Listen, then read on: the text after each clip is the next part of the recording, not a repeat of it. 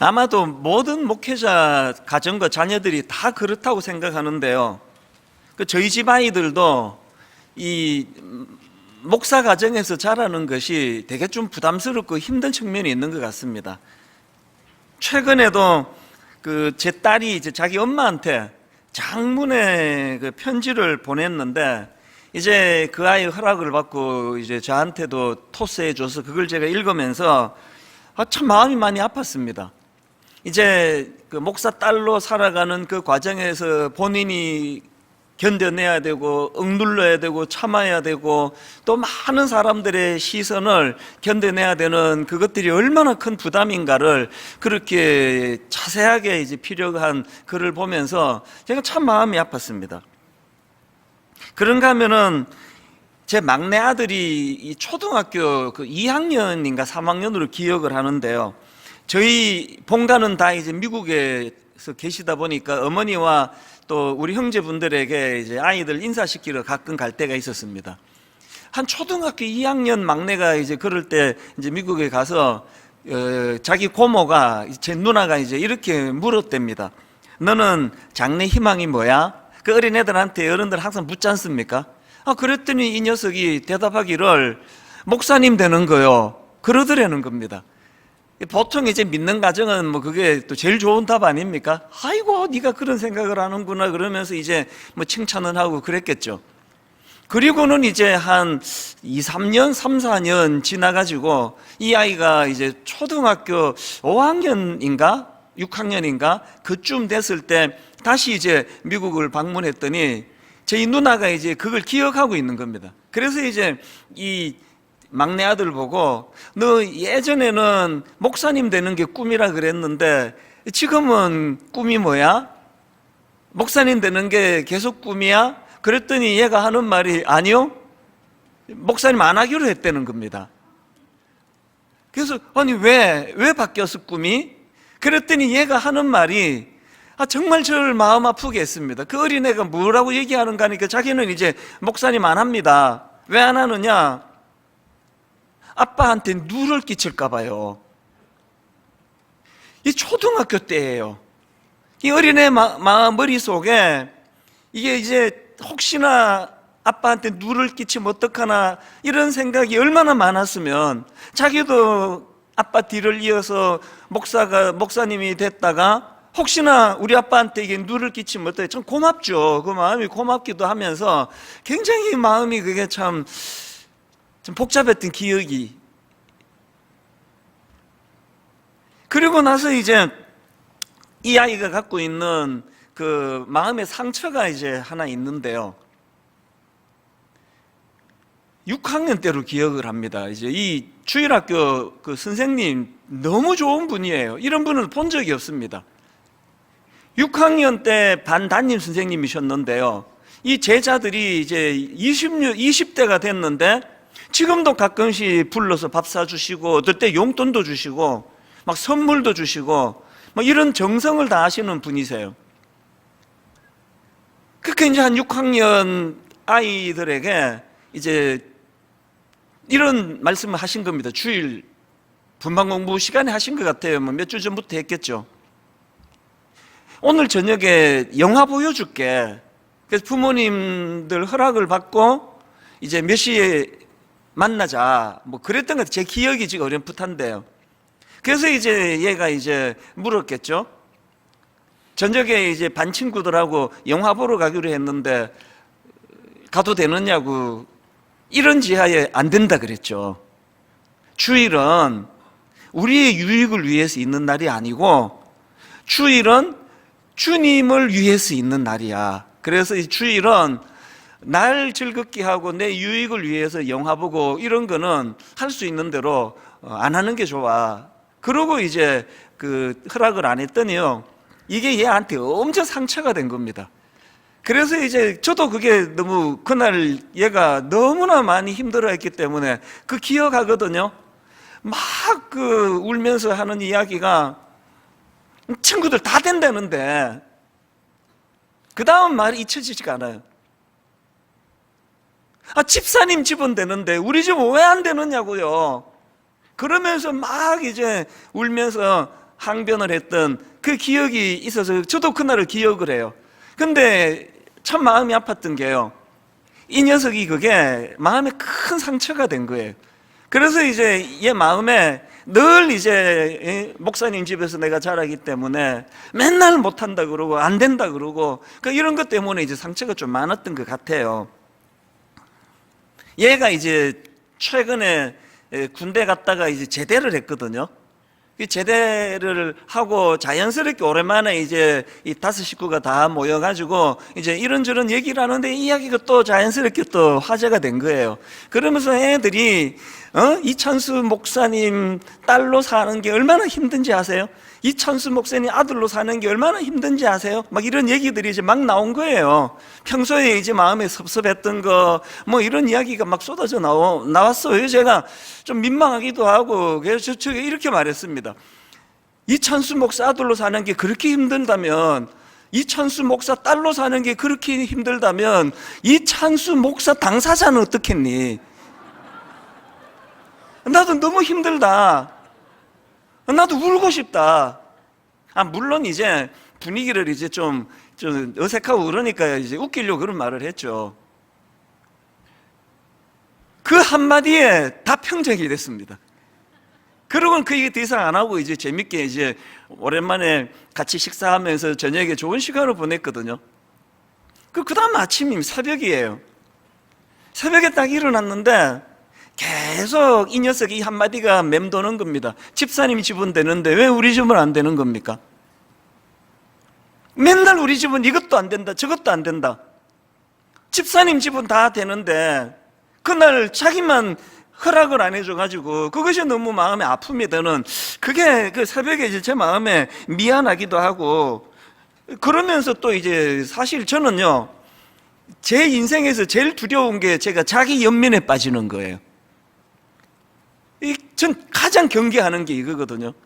그날 새벽에 이제 이런 어제 있었던 아이들 이야기, 또 제가 이제 마지막에 농담으로 했던 이야기만 울고 싶다. 이찬수 목사 딸로 사는 게 그렇게 힘들다면 이찬수 목사로 사는 게 쉬웠겠냐. 나도 너무 힘들다. 울고 싶다. 이런 이야기 했던 게 마음에 이렇게 이제 울컥 맺혔는데요. 그날 새벽에 얼마나 하나님께 감사했는지 몰라요.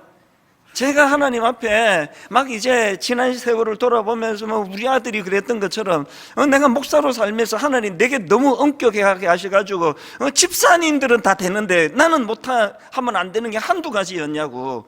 여러분은 되는데 나는 하면 안 되는 게 많잖아요. 자기들은 다 하면서. 교회 커져서 이제 내가 다음 달부터 이제 좀 벤처를 몰기로 했습니다. 허락해 주실 건가요? 여러분은 되는데 나는 안 되는 게 너무 많은, 이게 막 하나님께 섭섭하고 화가 나고 이게 아니라 그날 새벽에 이게 너무 감사한 거예요. 지난 저의 인생을 되돌아보면서 이렇게 억제하고 누르며 살아야 되는 내 인생이 너무너무 감사해가지고 그 새벽이 너무 풍성했습니다. 왜 우리 아이들은 어릴 때 그렇게 억제해야 되고 규제받으며 사는, 목사 자녀로 사는 게 그게 상처가 됐는데 저는 이게 기쁨이 됐는지 아십니까? 그 우리 아이들 어릴 때와 저와의 결정적인 차이는요, 저는 그래야 되는 답을 갖고 있거든요. 왜 그래야 되는지를 알고 있거든요. 왜 그래야 되느냐고요? 하나님께서 너무나 저를 향한 기대치가 높으시기 때문에, 그건 성도님들도 마찬가지 아닙니까? 여러분이만 내가 행복하게 사는 게 배가 아파가지고 목사님 이것도 안 됩니다 저것도 안 됩니다 그러는 거 아니잖아요. 여러분은 저에게 그는 기대가 그만큼 크기 때문에 우리는 세상살이 하느라 그래도 우리 목사님은 좀 안 그랬으면 좋겠다, 좀 다르게 사는 사람 하나쯤은 있어야지. 그 하나쯤이 저 아닙니까? 그게 저에게 무한 영광인 거예요. 그리고 제가 그날 새벽에 너무너무 감사했던 건 시편 126편 5절 이 말씀을 평소에도 가끔씩 되냅니다. 눈물을 흘리며 씨를 뿌리는 자는 기쁨으로 거두리로다. 제 인생의 구호예요. 지금 내가 억제하고 내가 참고 절제하고, 저는 다혈질 본능대로 두자면은요, 저하고 말싸움 해가지고 저 이길 사람 별로 없습니다. 그러나 무조건 사과하거든요. 무조건 내가 잘못했다고. 그게 목사여야 한다고. 예전에 막 저를 무슨 이념을 가지고 공격하고 할 때도 뭐라고 할 때 바로 사과해요. 왜 사과하는지 아십니까? 비급해서가 아니고요, 저를 따르는 청년들하고 그분들을 따르는 청년들이 싸울까 봐. 그래서 아무 반응도 하지 마라, 그건 내가 잘못한 것이다. 그렇게 억누르고 사는 이 모든 저의 삶이 기쁨으로 단을 거둘 그날이 있을 것에 대한 소망이 있기 때문에 울며 씨를 뿌리는 겁니다. 이제 이 녀석이 이제 제대하는 날 새벽에 나오더라고요. 일찍 가서 이제 데리고 올라오는데 얘가 하나를 물었어요. 자기가 아빠한테 부러운 게 하나 있대요. 아빠는 20대 때보다 30대가 더 행복하고 30대 때보다 40대가 더 행복하고 40대보다 50대가 더 기대가 된다 그러는데 그게 부럽대요. 아빠한테서 그게 부럽대. 그러면서 근데 그 사실이에요? 그 비결이 뭐냐 그러면서 그 제가 답을 안 하고 있으니까 그 진짜예요. 그러니까 그날 차 안에서 이렇게 말했습니다. 아빠가 이게 진짜다 아니다 내가 답하기 전에 너 이제 제대하고 아빠 60대를 지켜보면 알 거야. 아빠의 60대가 얼마나 풍성하고 얼마나 행복해지는지 너가 이제 보면 알 거야. 네가 답해라 나중에. 그 자신감을 가지고 답을 말해주면서 저는 이게 바로 눈물을 흘리며 씨를 뿌리는 자는 기쁨으로 거두리로다. 여러분, 예수 믿는 것 때문에 이것도 못하고 저것도 못하고 온 세상 사람들 다 자기 멋대로 사는데 우리는 그렇게 못 사는 그 억울하세요? 아니에요.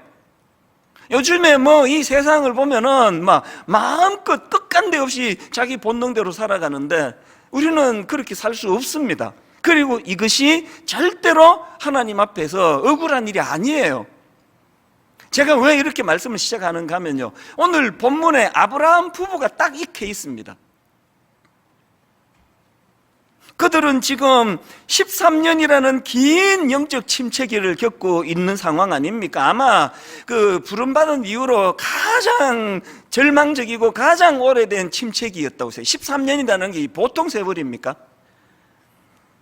이 긴 영적 침체기의 그 첫 출발이 어디서 시작한 겁니까? 그게 창세기 16장 2절입니다. 사레가 아브라함에게 이르되 여호와께서 내 출산을 허락하지 아니하셨으니 원하건대 내 여종에게 들어가라. 내가 혹 그로 말미암아 자녀를 얻을까 하노라 하매, 이것 때문에 그 아브라함과 사라가 하나님의 때를 기다리지 못하고 여종 하갈을 통해 첩을 삼아가지고 아들을 낳은 이것 때문에 그 깊은 영적 침체에 빠지게 된 거 아닙니까?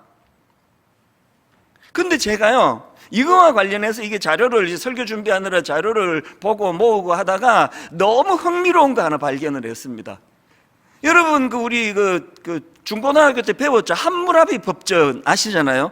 이 함무라비 법전이요, 그 아브라함이 살던 메소포타미아 지역에서 통용되던 법을 묶어 놓은 게 이게 함무라비 법전 아닙니까? 근데 이게 깜짝 놀랐던 게 오늘 본문에 아브라함 부부의 케이스와 비슷한 케이스가 3건이나 언급이 되는 겁니다. 그 중에 하나만 읽어 드릴게요. 함무라비 법전에 이런 내용이 나옵니다. 만약 어떤 사람의 아내가 자식을 낳지 못함으로 첩으로 데려온 창녀가 아이를 낳았을 때에는 그 남편은 창녀에게 곡식과 기름 그리고 의복을 주어야 하며 그 첩의 자녀들이 그의 상속자가 된다. 여러분, 법이라는 게 뭘 말하는 겁니까? 분쟁이 많이 생기면 나오는 게 법이고 규정 아닙니까? 지금 이런 규정이 있다는 건 그 당시에 너무나 많은 좀 있는 집안에는 자기 여종을 첩으로 삼고 또 뭐 심지어는 여기서 말하는 길거리 여자를 첩으로 데려다 놓고 아들을 낳고 이런 일들이 얼마나 많이 빈번했으면 이런 일이 생기니까 이제 그 중에 막 분쟁이 생길 거 아닙니까? 약속 안 지킨다 그러고 그러니까 함무라비 법전에 이게 3군데나 이 조항이 있더라는 거예요. 이게 딱 이제 아까 우리 아들 초등학교 때 철이 없을 때로 치면 아브라함이 항변할 수 있는 게 뭡니까? 아니 하나님 온 세상이 다 이렇게 사는데 아니 뭐 좀 있는 집안은 전부 그 몸종 여종을 그래서 첩으로 삼고 아들 낳고 그러는데 왜 나만 갖고 그러시느냐고. 이게 뭐 그렇게 이게 누구 남을 해롭게 하는 일도 아닌데. 아브라함이 뭐 그랬을 것 같진 않지만요, 이 딱 그런 상황 아닙니까? 왜 온 세상이 다 통용되는데 저만 갖고 그러느냐고. 이게 우리 아이가 말했던 그 마음속에 상처가 되는, 아니 집사님 집 다 되는데 왜 우리 집만 안 된다 그러느냐고. 이거 똑같은 얘기 아닙니까? 제가 이런 말씀을 묵상하다가 옥하는 목사님이 너무 그리워졌어요. 왜냐 하니까요, 화요일 7시 반 그 이른 아침에 교역자 회의로 소집하셔갖고는 막 얼마나 무섭게 야단을 치시는지, 막 어떨 때는요 막 오전 내내 막 정신이 안 돌아와요. 얼르라고. 그리고 목사님은 막 여러 번 하신 말씀이 막 걸핏하면 목사 그만하라는 거예요. 그릇 같은 목사 하지 마라. 왜 괜히 목사가 돼가지고 소명도 없으면서 당신도 힘들고 성도도 힘들게 하느냐. 이 말씀의 포인트는 목사 그만두라는 게 아니잖아요. 제대로 목사로서 성도들을 좀 사랑으로 섬겨야 되는 거 아니냐. 이거를 이제 강조하시기 위해 가지고 막 얼마나 무섭게 강하게 말씀하시는데, 전에도 말씀드린 것 같아요. 놀라운 건요, 저를 위시해 가지고 모든 교역자들이 마음에 아픔은 있고 두려움은 있지만 상처를 안 받는 겁니다. 왜 안 받을까요? 목사님 마음을 너무 잘 알거든요. 우리 무시해가지고 이 자격도 없는 것들이 그 얘기가 아니잖아요. 얼마나 우리가 할 일에 대하여 고상한 그런 가치를 부여해 주시고 우리의 가능성을 보시기 때문에 그렇게 무섭게 그렇게 야단치시는 거 아닙니까? 그래서 목사님이요, 그 후배 목사들 모아놓고 설교하실 때는 막 말씀이 막 직격탄이 많았습니다. 그래서 제가 이 아브라함을 가지고 묵상할 때 그 예전에 목사님이 그 목회자들을 모아놓고 하셨던 설교 제목이 계속 제 마음에 맴돌았습니다. 제목이요, 표준을 낮게 잡으면 망한다. 표준을 낮게 잡으면 망한다. 여러분, 이게 아브라함을 향하신 딱 하나님의 마음이라 생각해요. 너가 장차 믿음의 조상이 되고 너를 통하여 복을 흘려보내야 되는 놀라운 꿈을 네가 갖고 있는데 온 세상 사람들 다 그렇게 산다고 너 그렇게 살면 안 돼. 이게 하나님의 마음 아닙니까? 제가 우리 아이들하고 대화하고 난 그 다음 새벽에 마음의 감격이 확 밀려오면서 너무너무 감사했던 것은요, 하나님이 내 인생을 이렇게 고상하게 생각하시는구나. 하나님이 저에게 이렇게 고상한 꿈을 주셨기 때문에 모든 세상 사람들 다 본능을 따라 산다 할지라도 나는 억눌러야 되고 참아야 되고 절제해야 되는, 이게 내게 너무 면류관처럼 생각이 되고, 더군다나 하나님 별로 그렇게 참고 절제한 것도 없지만 사실은 울며 씨를 뿌린 그 사람에게 기쁨으로 단을 거둘 소망을 주신 분이 하나님이시기 때문에 그 꿈을 가지고 견뎌내는 거거든요. 제자들을 향하신 예수님 마음도 똑같습니다. 제자들을 향하신 예수님의 근본적인 생각을 우리는 누가복음 22장에서 발견합니다. 25절부터 보십시오. 예수께서 이르시되 이방인의 임금들은 그들을 주관하며 그 집권자들은 은인이라 칭함을 받으나 너희는 그렇지 않을지니. 너희는 그러면 안 돼. 온 세상 사람들이 권력을 좀 갖고 있으면, 좀 그 권력을 갖고 있으면 그렇게 높은 자리에 올라가려고 휘두르고 그렇게 한다고 너희들은 그러면 안 돼. 제 목회에 하나님의 무서운 경고의 말씀 중에 몇 순위 안에 드는 게 이 말씀일 거예요. 너희는 그렇지 않을지니. 목사면 다 같은 목사지. 큰 교회 목사가 어디 있고 작은 교회 목사가 어디 있습니까? 저는 우리 교회 젊은 목사님들하고 부목사라는 말 잘 안 써요. 못 알아듣는 분들을 위하여 구분 지을 때 한 번씩 쓰지. 아니 목사면 다 목사지 무슨 정목사가 있고 부목사가 있습니까? 목사면 다 목사예요. 작은 교회 큰 교회 없습니다. 교회 크시면은 헌금 많이 나오고 그러면 그때부터 담임 목사 대우가 달라지고, 이런 본능이 꿈틀거릴 때마다 하나님이 경고하시는 거거든요. 너희는 그러지 않을지니. 오늘 우리가 갖고 있는 이 가치 기준이 너무나 세상에 발을 담고 살아가다 보니까 교회 안에서도 장로가 제일 높고 권사가 그 다음 높고 안수집사가 그 다음 높고, 이런 생각을 갖고 있는 교회, 이제는 그런 교회 없으리라고 믿고 싶습니다만, 그래가지고 그냥 장로가 못 돼가지고 안달복달하는 이런 코미디 같은 일이 제가 어릴 때는 있었습니다. 이럴 때마다 하나님이 교회를 향하여 너희는 그렇지 않을지니, 어떻게 담임 목사가 제일 높고 어떻게 장로가 제일 높고 그런 생각을 할 수 있느냐. 교회는 가장 낮아 보이는 그 사람이, 그래서 저는 우리 부목사님들 결정적으로 이제 보통은 일부러 화를 내거든요. 일부러 화내가지고 좀 화난 척 하면서 무섭게 하는 경우가 많은데, 진짜 화를 낸 적이 몇 번 있는데요. 유력한 장로님, 유력한 권사님 결혼식, 장례식일 때 부목사들 우르르르 가가지고 그냥 다 메우고 나서 한 번 내 불같이 화를 낸 적이 있습니다. 이게 교회의 모습이냐? 교회는 저 끄트머리에 있어서 언제 벼랑으로 떨어질지 모르는, 아무도 알아주는 사람이 없는 그분들을 위하여 목회하는 게 그게 목회자지. 맨날 그냥 교회에 유력한 사람은 쫓아다녀서 되겠느냐고 막, 이게 오래전의 이야기입니다. 불같이 화를 낸 적이 있습니다. 내가 그 모든 성도님들을 다 제대로 섬길 자신이 없으면 장로님들에 대하여 그렇게 안 하려고 애를 너무 써요. 그래서 장로님들께 미안하죠. 그때는 저는 20년 목회하면서 장로님 자녀가 유학 간다고 그 집에 찾아가가지고 기도해 준 적이 한 번도 없습니다. 모든 성도님들에게 그렇게 못하면 장로님 집에도 이 몇 명 장로님만 내가 섬기면 되겠냐는 생각이 뭐 강박증이죠. 너희는 그렇지 않을지니, 너희는 그렇지 않을지니. 여러분, 이런 정신을 가지고 아브라함이 억울합니다. 하물며 법전에도 나올 정도로 모든 세상 사람 다 그렇게 사는데 나만 갖고 그러시느냐고, 이렇게 항변하지 않았다고 저는 생각하지만,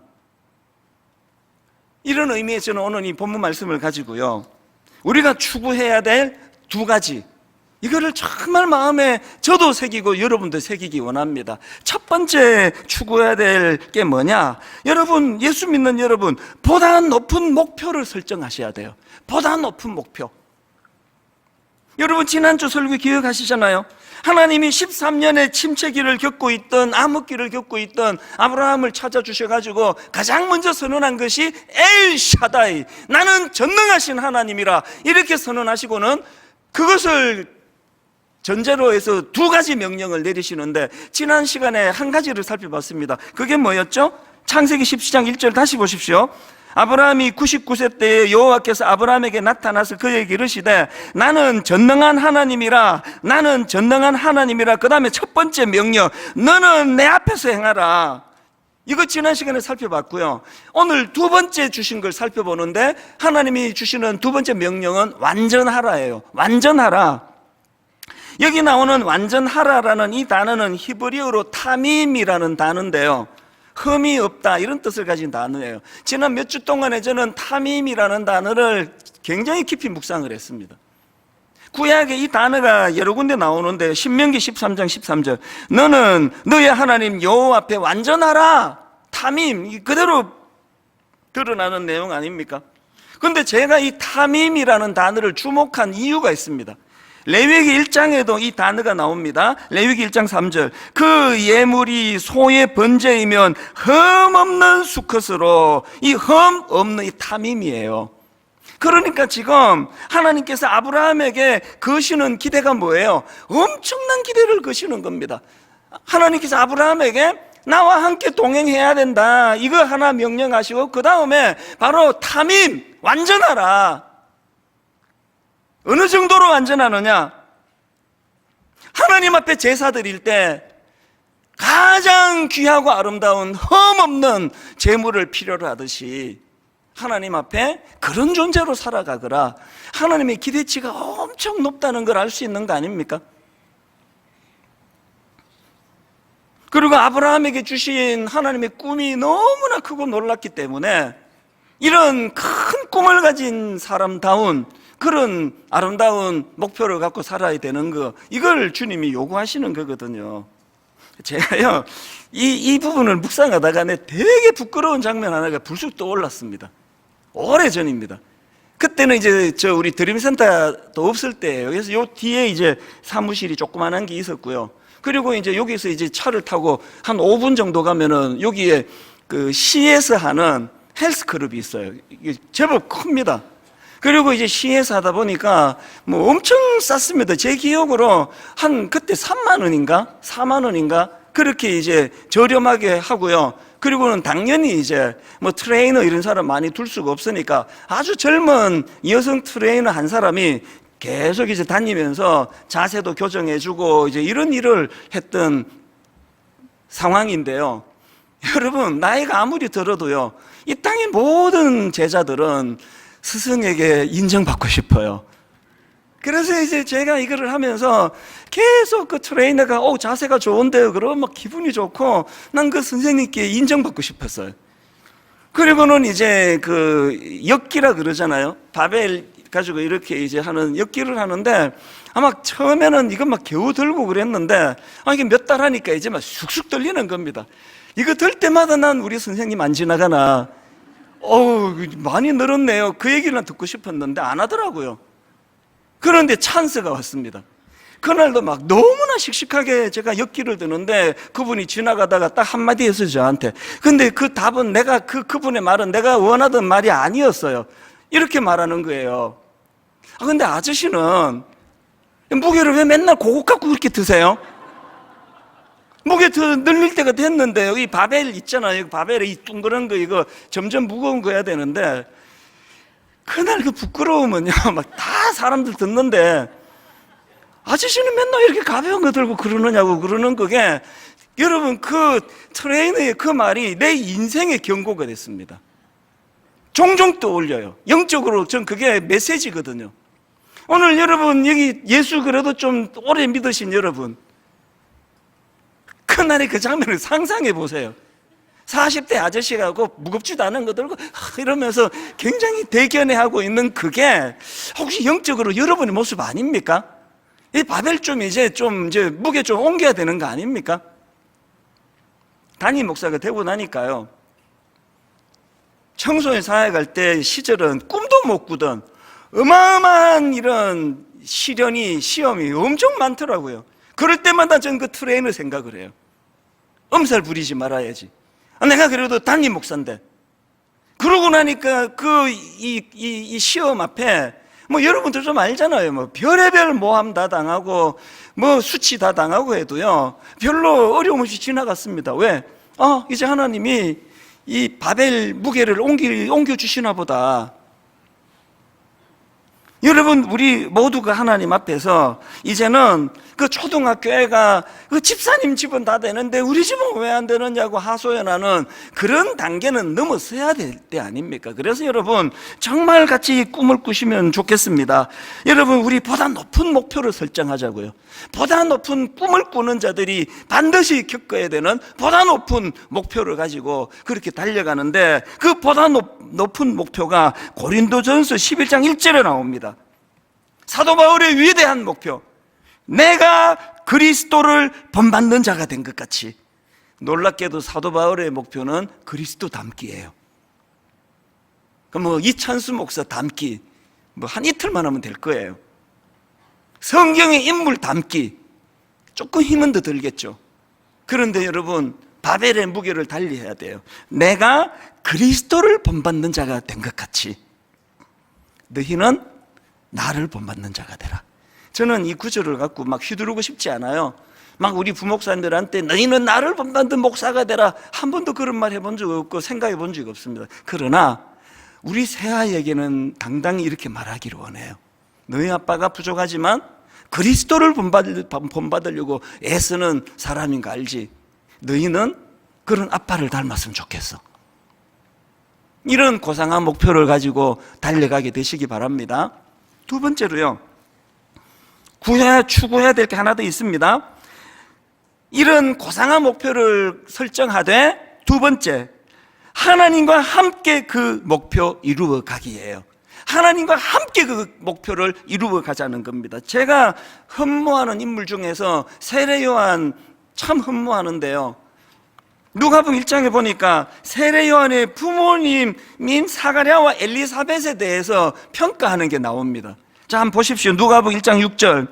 이 두 사람이 세례요한의 부모님입니다. 이 두 사람이 하나님 앞에 의인이니 주의 모든 계명과 규례대로 흠이 없이 행하더라. 여기 나오는 흠이 없이 신약이니까 헬라어인데요, 헬라어로 아멘프로이라는 단어인데 이게 구약의 히브리어 타밈을 번역한 단어예요.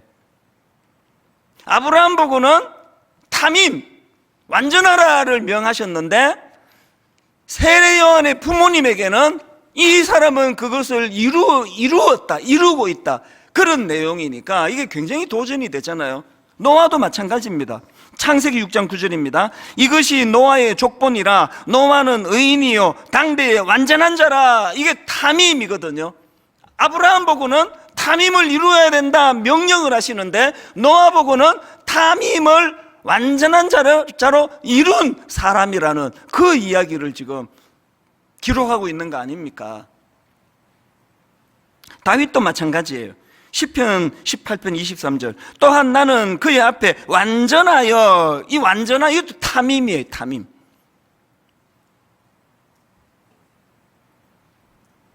인간도 되네요. 이 목표가 인간도 가능하네요. 인간도, 노아도 되고 다윗도 되고 세례요한의 부모님도 되네요.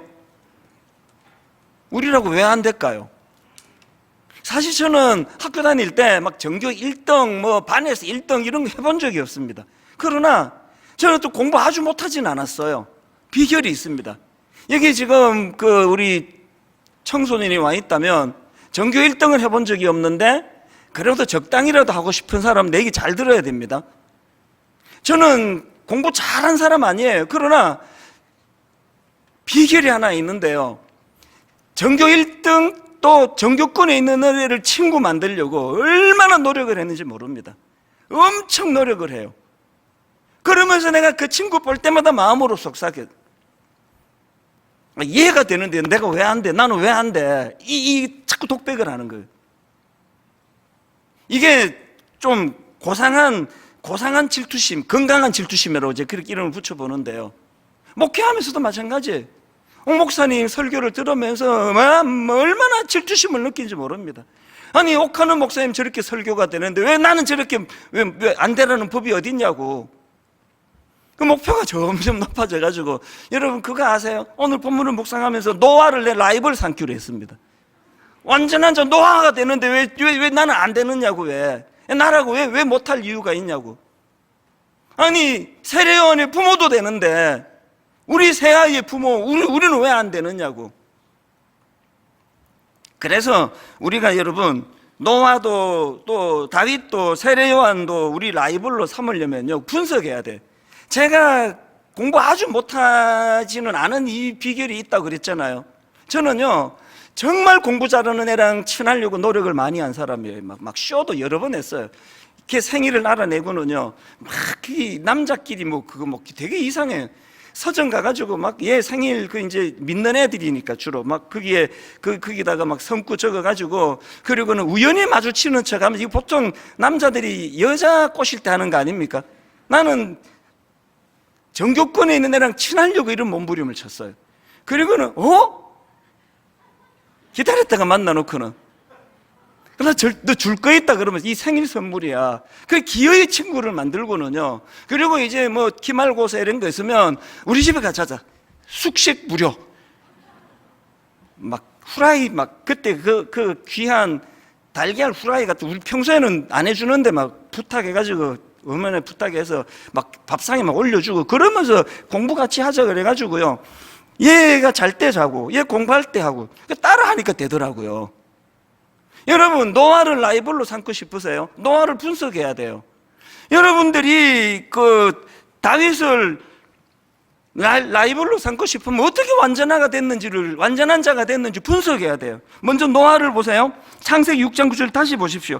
이것이 노아의 족본이라 노아는 의인이요 당대의 완전한 자라. 그 다음 보세요. 그는 하나님과 동행하였으며.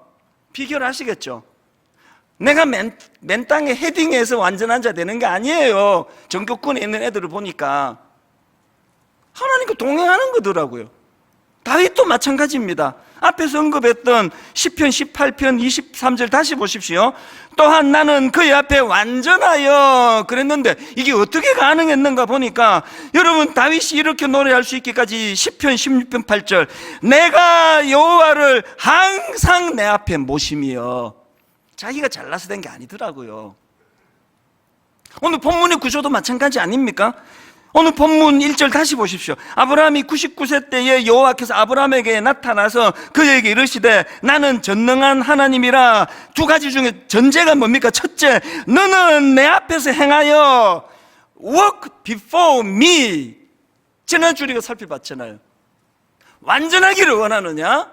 네가 노력하고 몸부림치는 것보다. 그래서 저는 불교를 믿지 않고 하나님을 믿게 된 게 저는 감사해요. 뭐 남의 종교 제가 뭐 평가할 마음은 없습니다. 그러나 저는 개인적으로 감사해요. 제가 스님이 되고 제가 도를 닦고 제가 수행을 해가지고 제 인격이 완전해지기를 원하는 그 방식을 택했다면은 이루어내지도 못할 뿐더러 엄두도 안 날 것 같아요. 그러나 얼마나 쉬워요. 주님과 동행하면 되는데, 그분을 보고 따라하면 되는데. 요즘에 제가 나이가 자꾸 들어서 그런 건지 자꾸 이렇게 울컥울컥 할 때가 많아요. 눈물도 많아지고요, 막 길 가다가도 막 울컥하고 그러는데요. 이번 추석에 제가 또 그런 경험을 했어요. 설날에. 여러분, 그 설날 당일 새벽에 눈 엄청 왔거든요. 그때가 제 기억으로 한 4시 전후예요. 물 마시려고 이제 가다가 보니까 큼큼하긴 한데 막 눈을 들이퍼 앞이 안 보일 정도로 털이 퍼붓는 것 같아요. 그래서 제가 창문을 열었어요. 눈이 막 진짜 엄청 내리는데요, 너무 고요하니까요, 이게 눈 쌓이는 소리인가 어떤 소리가 들리는 거예요. 이게 시에 뭐 눈 쌓이는 소리 그러더니 진짜 이게 눈 쌓이는 소리가 나나? 그러고 봤더니 그게 아니에요. 저기 누군가가요 눈을 썰고 있었던 거예요. 다 잠든 그 시간에 아침에 그 길을 지나가다가 미끄러져 넘어질까 봐 어떤 분이 눈을 썰고 있었어요. 그거를 제가 안 보이니까요, 큼큼한데 소리가 이게 그거구나, 이게 눈물이 왈칵 쏟아지는 겁니다. 울컥하는 거예요. 그 새벽에 제가 29 예비 담임 목사님들에게 그 마음을 제가 문자로 보냈습니다. 이렇게 보냈습니다. 사람은 보이지 않는데 이따가 밝아지면 행인들 길 미끄러지지 않도록 눈을 썰고 있는 분의 미세한 소리, 지난 한 해 저와 여러분 29명이죠 우리 모두가 힘든 과정을 거쳐야 했던 이유를 발견했습니다. 그래 내가 울컥한 거예요. 왜 내가 참아야 되느냐고요? 왜 절제해야 되느냐고요? 왜 돈 탐하면 안 되느냐고요? 왜 아내 말고는 다른 여자에게는 정말 견눌지리라도 하면 안 되는 이유를 제가 알아요. 목사는 아무도 없는 새벽에 눈 쓰는 사람이에요. 아침에 넘어질 성도 있을까 그 생각하면서 눈 쓰는 사람이에요. 그래서 실족하면 안 되는 거거든요.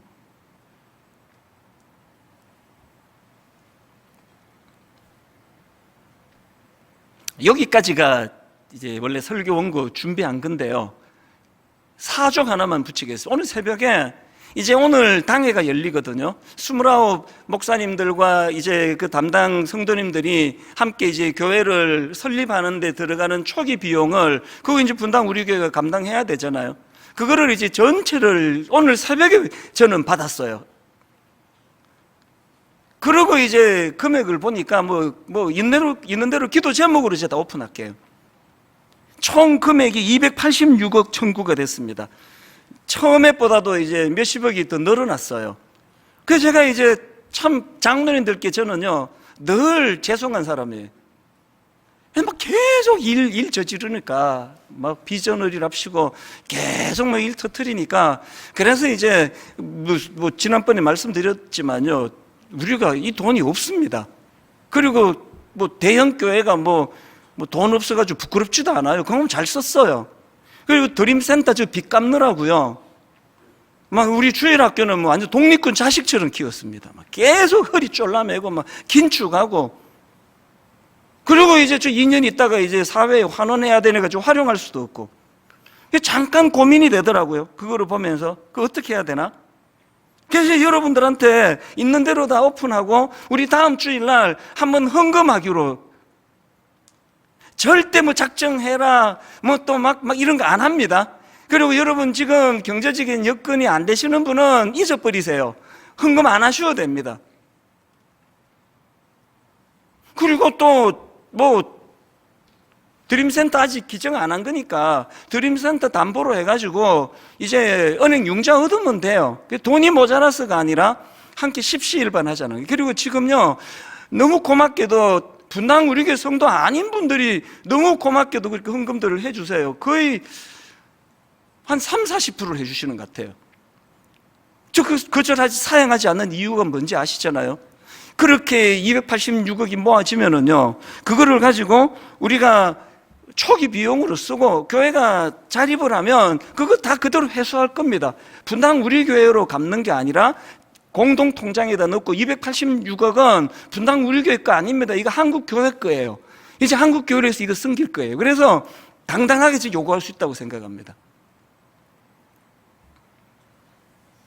저는 꿈을 꾸어요.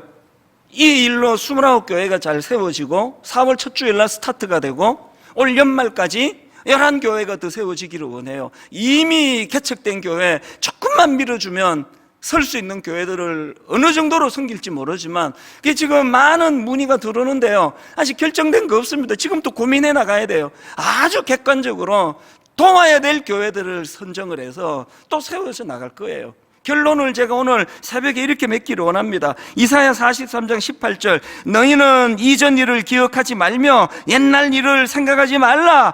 보라, 내가 새 일을 행하리니 이제 나타낼 것이라. 이 꿈을 품고 있는 자들이기 때문에 우리는 함부로 막 살 수 없는 자들이에요. 여러분, 우리 개인적으로나 교회적으로나 가정적으로나 고린도전서 11장 1절, 내가 그리스도를 본받는 자가 된 것 같이, 내가 그리스도를 본받는 자가 된 것 같이 너희는 나를 본받는 자가 되라. 예수 믿는다 그러는데 정직하지 못한 거 가장 부끄러워하세요. 예수 믿는다 하면서 돈에 깨끗하지 않은 분 가장 수치로 아셔야 돼요. 그리스도를 닮아가는 자로서 저분 교회 다니는데 정직하겠구나, 이 꿈을 가지고 이제 29교회가 너무나 아름다운 꿈을 만들어 나갈 그 소망을 가지고 오늘 여러분 우리 오랜만에 이 찬양 부르기 원합니다. 예수는 내 힘이요 나의 기쁨 내 참 소망. 그 이름의 생명이 내 삶의 이유라. 무슨 뜻입니까? 내가 추구하는 목표는 그리스도를 닮아가는 거예요. 사람 아닙니다. 이 꿈을 가지고 우리 한번 이 찬양 같이 불러보기 원합니다. 예수는 내 힘이요, 예수는 내 힘이 나의 기쁨 내 참 소망. 우리가 가진 꿈, 그 이름의 생명이 내 삶의 이유라. 우리 다시 한번 여러분 한마디 한마디, 예수는 내 힘이요,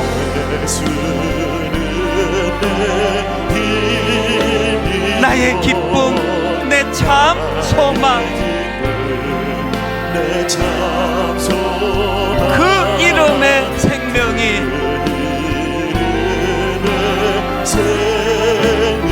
내 삶의 이유라. 여러분, 우리의 목표, 우리 가진 꿈, 오직 주만 따라갑니다. 우리의 선한 목표, 오직 주만 높임 받으소서.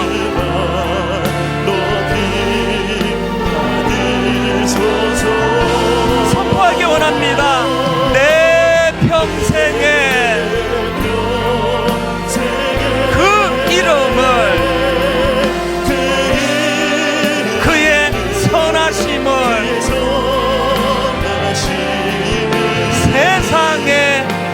노래합니다.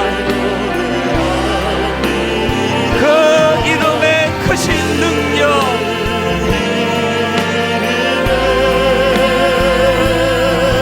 크신 영원한 생명이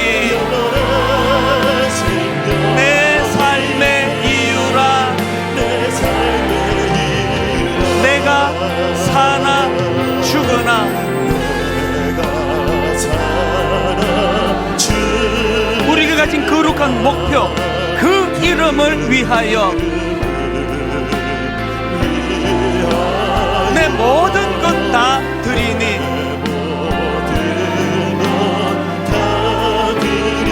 나를 받으소서. 그러기 위하여 다윗이 그랬고, 그러게 수많은 믿음의 인물들 오직 주만 따라갑니다. 오직 주만 높임 받으소서. 우리 모두가 가진 이 고상한 꿈, 우리의 삶의 목표, 내 평생에 그 이름을, 그의 선하심을 세상에 노래합니다. 그 이름의 크신 능력,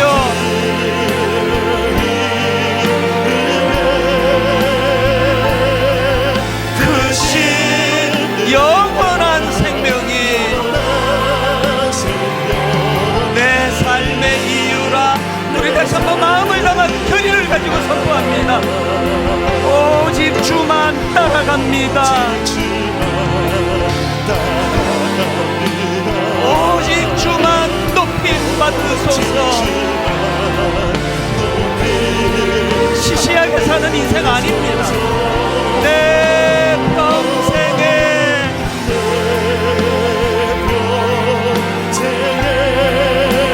그 이름을, 그의 선하심을 세상에 노래합니다. 그 이름의 크신 능력,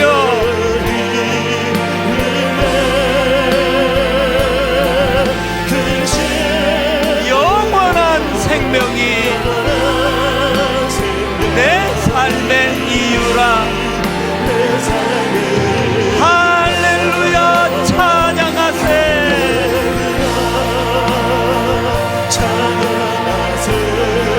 내 모든 죄 사함받고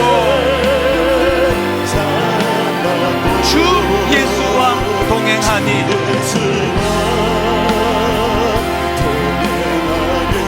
그 어디나 하늘나라. 우리 다 자리에서 일어나셔서 감사함으로 기뻐함으로 선포합니다. 할렐루야 찬양하세. 내 모든 죄 사함받고 주 예수와 동행하니 그 어디나 하늘나라.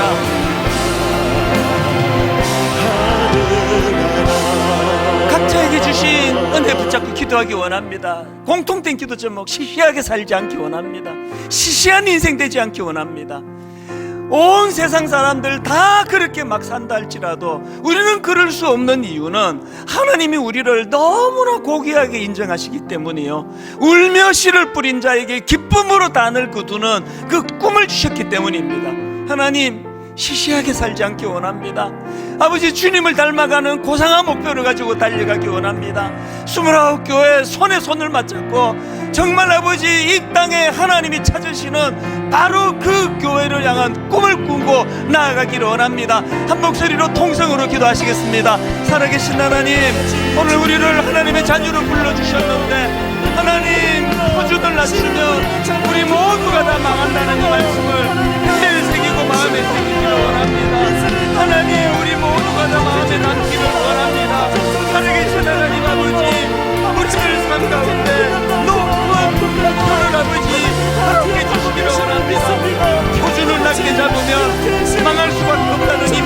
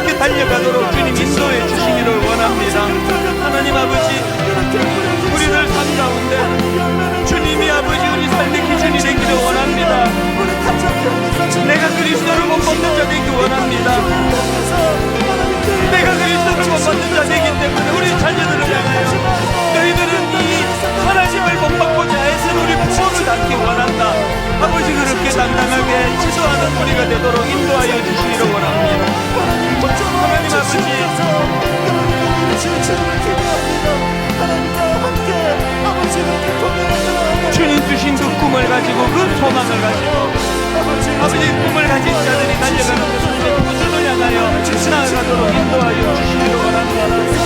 십자가를 통하여 우리를 구원해 주신 그 주님을 기억하며 그 위대하신 주님의 꿈을 우리가 마음에 담고 주님의 동력자가 되어 그 길을 그 아버지의 꿈을 갖고 나아가도록 주님 인도하여 주시옵소서.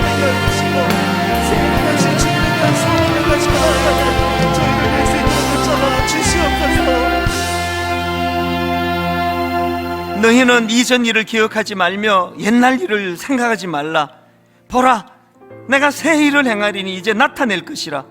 너희가 그것을 알지 못하겠느냐? 반드시 내가 사막의 길을, 광야의 길을, 사막의 강을 내리니 내가 그리스도를 본받는 자 된 것 같이 너희는 나를 본받는 자가 되라. 하나님, 우리가 시시한 인생으로 살고 싶지 않습니다. 하나님, 우리를 그 고귀한 하나님의 자녀로 인정해 주시기에 그 고귀한 자들이 품기에 마땅한 고귀한 꿈을 향해, 고귀한 목표를 향해 하나님 평생을 걸고 주님을 닮아가고자 하는 그 선한 목표를 허락해 주셔서 교회적으로나 가정적으로나 우리 개인적으로나 이 꿈이, 이 목표가 우리를 결단코 시시한 길로 인도하지 않는, 시시한 인생으로 전락시키지 않는 놀라운 은혜라는 사실을 우리 삶 가운데 경험하고 맛보고 누리게 하여 주시고 그 한 주를 기쁨 가운데 살아내는 이 한 주가 되도록 인도하여 주시옵소서.